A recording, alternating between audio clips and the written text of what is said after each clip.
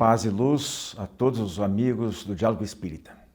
A reencarnação é sempre um dos temas prediletos e mais solicitados para serem debatidos num programa como o nosso, porque é um terreno muito vasto de estudos e sempre proporciona novos enfoques e novas descobertas. Sendo assim, nós faremos hoje aqui um apanhado envolvendo 8 tópicos e cerca de 20 questões do Livro dos Espíritos. São eles: justiça, evolução e progresso, afetos, tendências inatas, caráter, conhecimento e ideias inatas e as simpatias e antipatias. Aguardem, muito interessante. Nós temos ainda o Fonte Allan Kardec e o Espiritismo responde com uma pergunta assustadora para alguns, fantasiosa para outras e talvez com fundo de verdade para uma terceira corrente de pensamentos. Especialmente para você, minha amiga, você, meu amigo, Diálogo Espírita está no ar.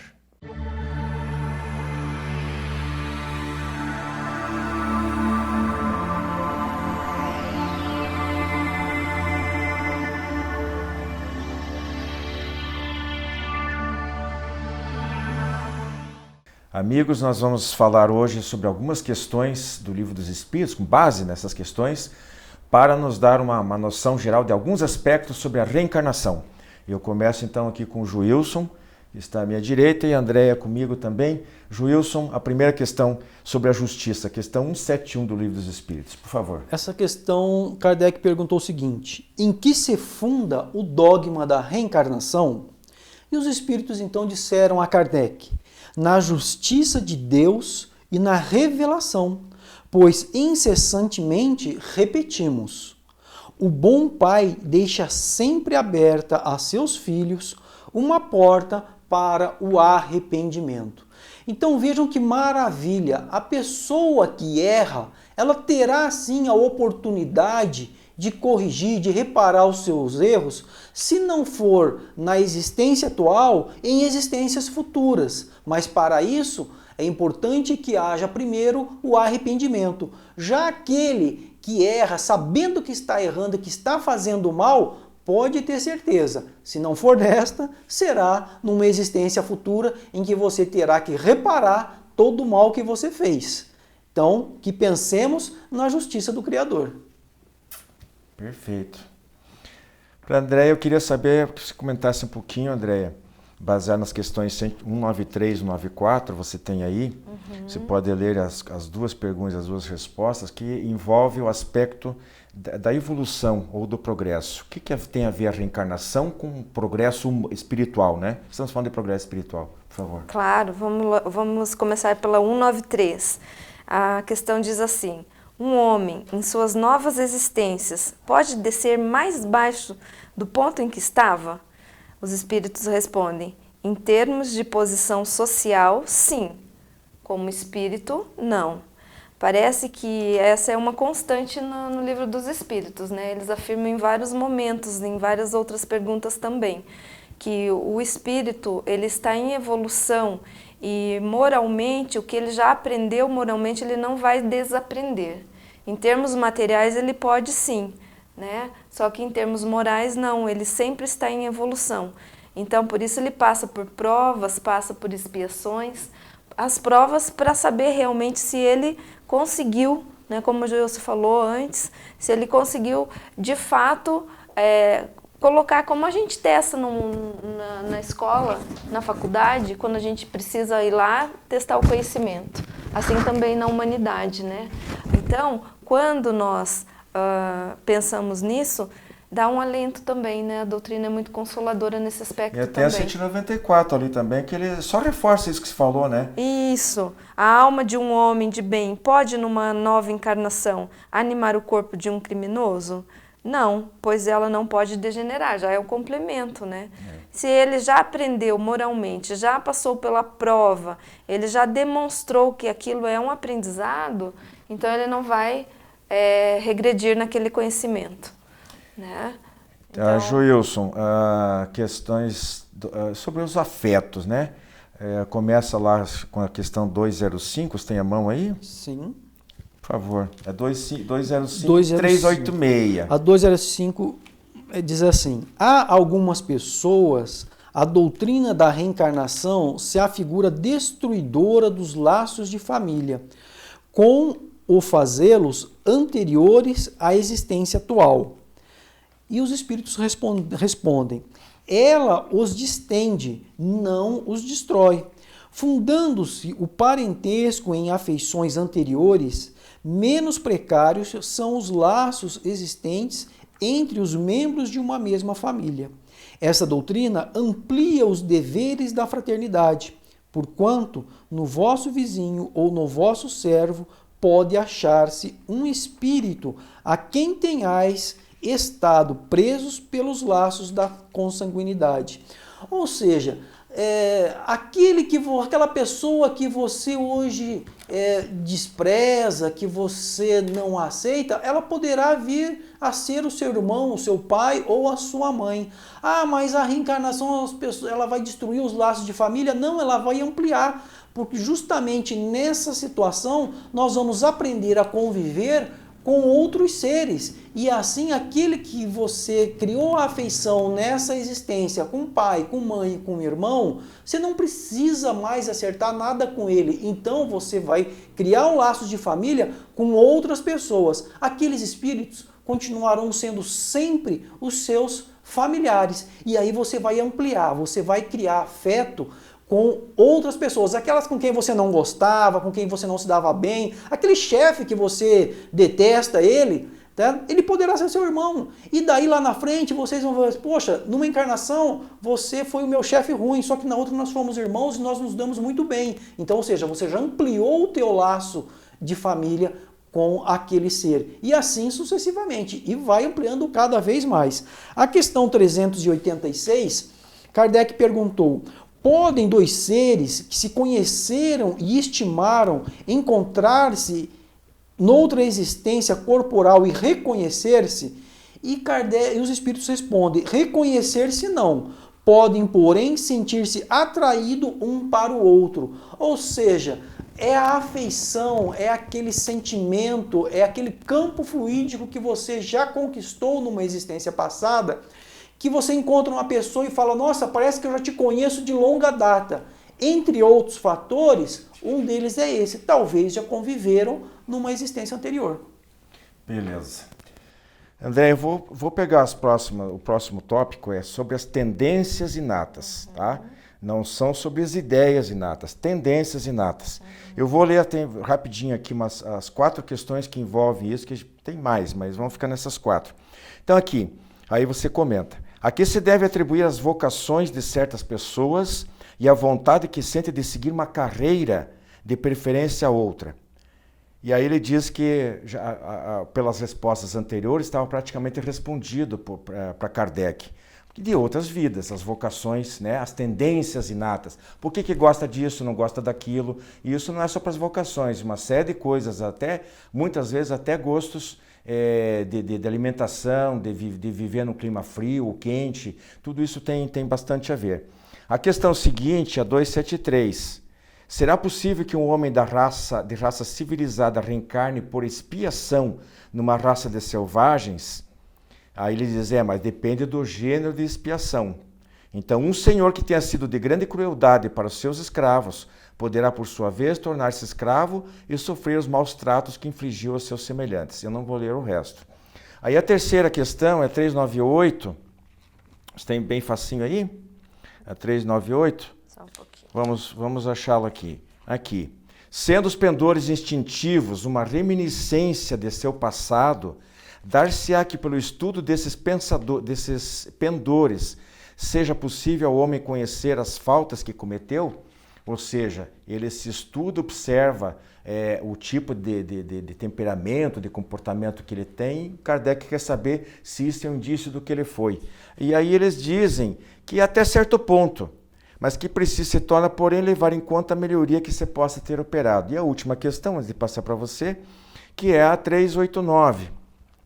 Desculpe, 399, tá? Então, vamos rapidinho aqui localizá-la, que eu desmarquei. Ela diz o seguinte, 399.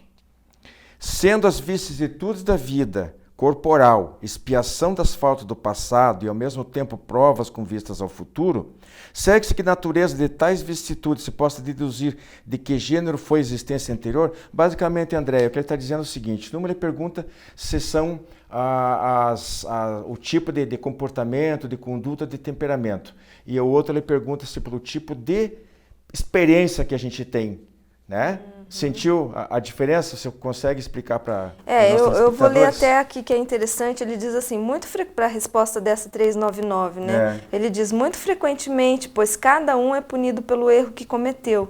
No entanto, não se deve tirar daí uma regra absoluta. As tendências instintivas são um indício mais seguro, pois as provas que o espírito suporta se referem tanto ao futuro quanto ao passado, né? Então veja que o espírito, como a gente falou anteriormente, já falamos em outros programas também, né? Quando nós já abordamos esse tema de reencarnação. Estamos aqui para nos desenvolvermos moralmente e intelectualmente.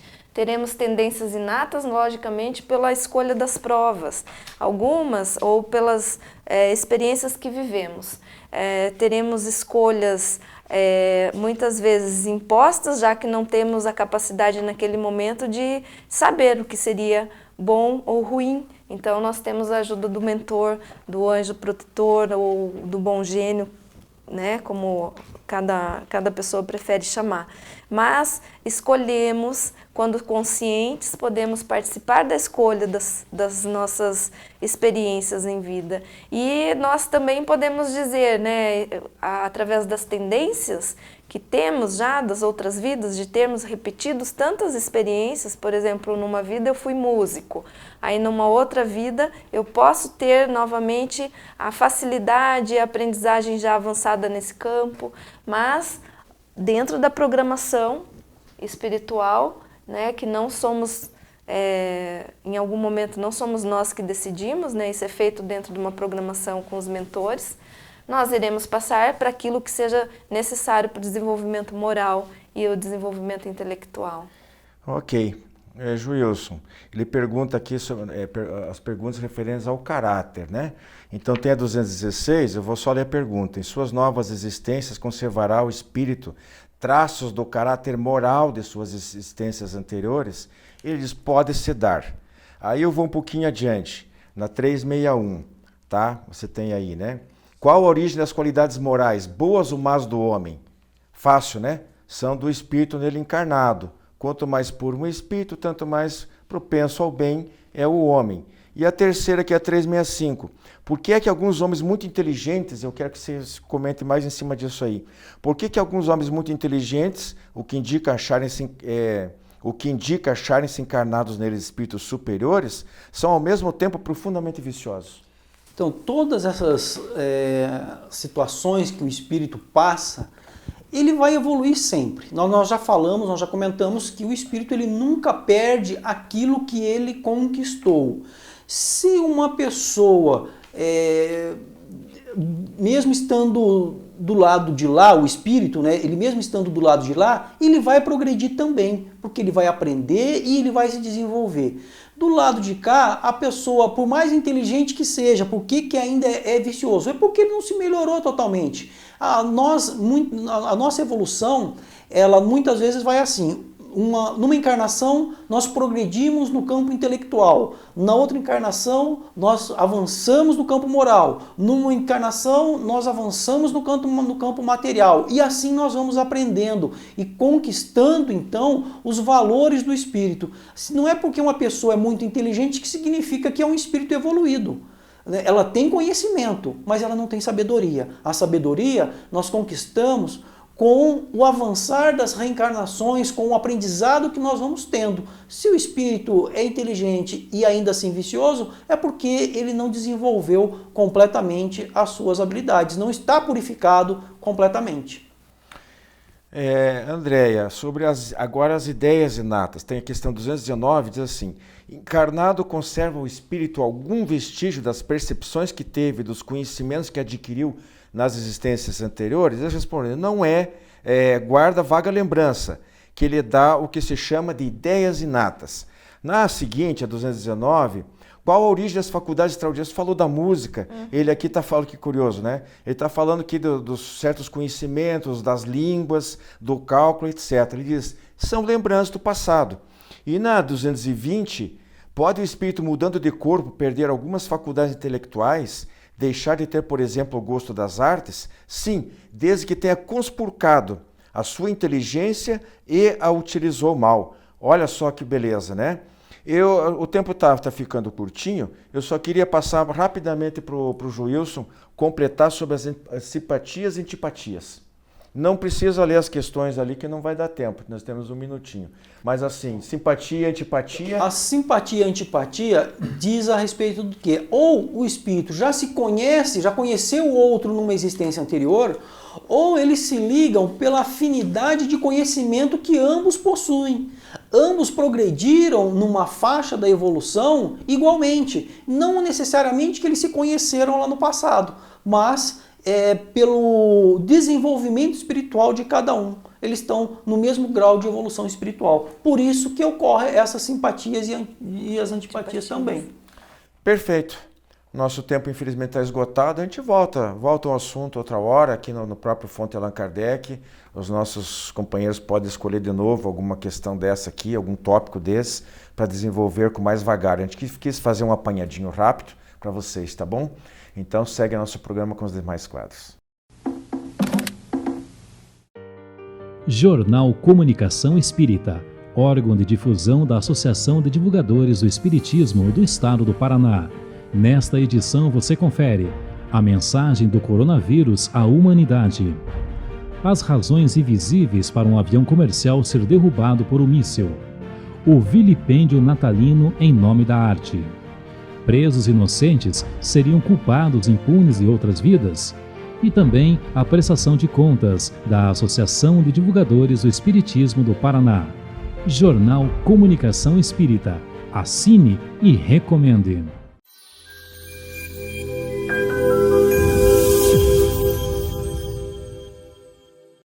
Olá, tudo bem? O livro A Gênese, no seu capítulo 14, vai trazer para nós um assunto muito interessante, que é sobre os fluidos. E neste capítulo vai falar a respeito da ação dos espíritos sobre os fluidos, as criações fluídicas, fotografia do pensamento. É um assunto, é um capítulo meio longo, com um assunto bem interessante que nós, no tempo que nós temos aqui, não é o suficiente para falarmos aquilo que gostaríamos de falar. Então, se você se interessar pelo assunto, Gênesis capítulo 14, de Allan Kardec. Então, no item 14 também, ele comenta assim: para os espíritos, o pensamento e a vontade são o que é a mão para o homem. Ó, percebam esse texto. O pensamento e a vontade são para os espíritos o que é a mão para o homem.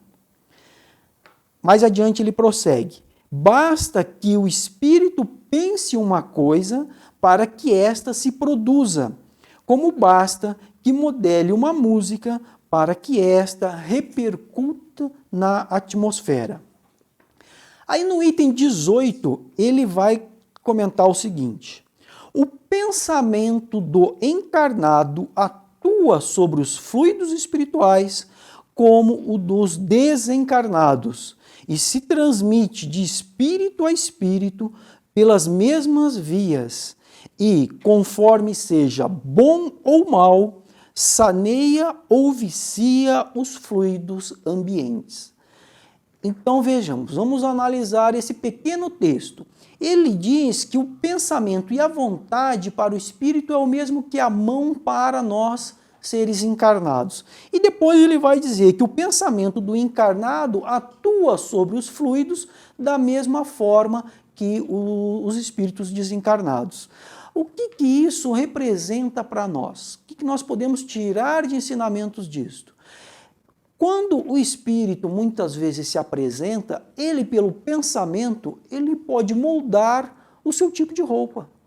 A roupa, se ele tinha um objeto de que ele era muito apegado, ele vai moldar esse objeto para ele se apresentar com aquilo, até mesmo para se identificar para o médium que o vê, o vidente, né, o clarividente. Ele poderá, ao momento em que ele pensa algo, ele cria aquilo pelo pensamento, pela manipulação dos fluidos, né? E nós, seres encarnados, também temos essa capacidade. Daí a importância daquele ensinamento antigo de Jesus, quando ele disse: vigiai e orai. Vigiai os vossos pensamentos, vigiai os vossos sentimentos. Porque na medida em que nós pensamos, em que nós sentimos, nós projetamos para fora de nós, né, o nosso pensamento. Muito embora nós não vemos, mas do lado espiritual somos praticamente um livro aberto. Não tem o que escondermos do lado espiritual. Você pensou, você projetou para fora de você aquilo que você pensou. Nós somos assim, então, os co-criadores com o Criador da nossa situação de vida. De forma que, se você tem o hábito de pensar negativamente, de ter pensamentos negativos, esses fluidos serão trabalhados, serão materializados e absorvidos pelo seu corpo perispiritual, que está ligado célula a célula com o seu corpo físico e que poderá, então, causar uma enfermidade a você. Já, por outro lado, se você costuma ter pensamentos positivos, ser uma pessoa sempre positiva, manter sempre o pensamento elevado, busca sempre a prece, o recurso da prece, você também vai criar uma atmosfera ao seu redor muito melhor, que também será absorvido pelo seu corpo perispiritual, que ligado célula a célula ao seu corpo físico, promoverá então a saúde, né, o bem-estar no seu dia a dia. Então, vigiemos cada vez mais os nossos pensamentos e os nossos sentimentos. E com certeza teremos uma qualidade de vida ainda melhor. E vou repetir, voltem lá quem tem muita informação interessante, capítulo 14 do livro A Gênese de Allan Kardec. Muita paz. Prezados amigos, nós estamos relembrando aqui o livro Admirável Mundo em que Vivemos, da nossa autoria. Convidamos vocês a fazerem contato através da Associação de Divulgadores Espiritistas do Paraná para maiores informações de como adquiri-lo, ou através do e-mail wilson@adpr.org.br ou do nosso telefone também, 32780961.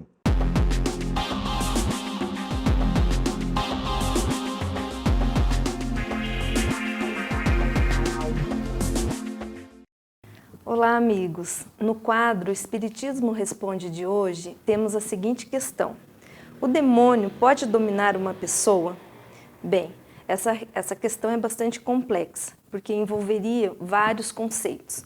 O primeiro seria o conceito de demônio, né? E nós não abordaremos, não entraremos aqui nesse conceito. O segundo seria o conceito de mediunidade, como um espírito pode, ou aqui como a questão diz, dominar uma outra pessoa.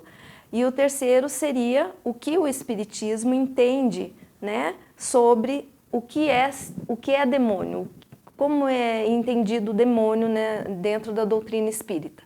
Bem, lá no livro O Céu e o Inferno, o Kardec traz a explicação da seguinte forma: se Deus, que é imensamente bom, generoso, o Pai Criador de todas as coisas, tivesse criado um ser já de forma demoníaca ou maldosa, um ser voltado ao mal, então isso já contrariaria, né, as leis de Deus, porque ele não estaria criando um espírito simples e ignorante. Então aqui já teria algum percalço. Bem, outra questão: se o demônio fosse criado antes de Deus, então também ele seria um Deus, já que haveria um Deus do mal e haveria um Deus do bem. E isso também não é possível. Então aqui, no Espiritismo, contraria a razão. Então Deus não criaria um ser voltado ao mal. O que a doutrina espírita entende é que existem ordens de espíritos. Então, nós temos uma terceira ordem de espíritos que são chamados espíritos imperfeitos. Uma segunda ordem de espíritos que são chamados espíritos bons. E uma primeira ordem que são chamados os espíritos puros. Bem, dentro da classe ou da ordem de espíritos imperfeitos, nós temos aqueles espíritos que têm propensão ao mal.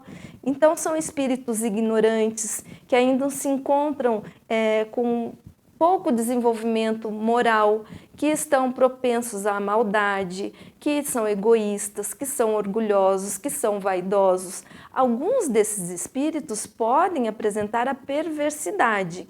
Então, realmente, eles são capazes de cometer atos maldosos. Então, esses são espíritos, mas eles não são considerados demônios. Essa seria a primeira parte da questão, que é muito importante nós entendermos esses conceitos. Então, primeiro, a gente entender que existem classes de espíritos, ordem de espíritos, e todo espírito vai chegar ao seu grau de pureza.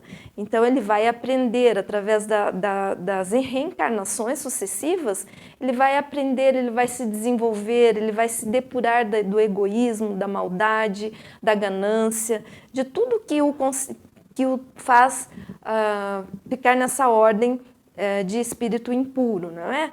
Então, aqui é muito importante a gente conseguir compreender essa parte da questão.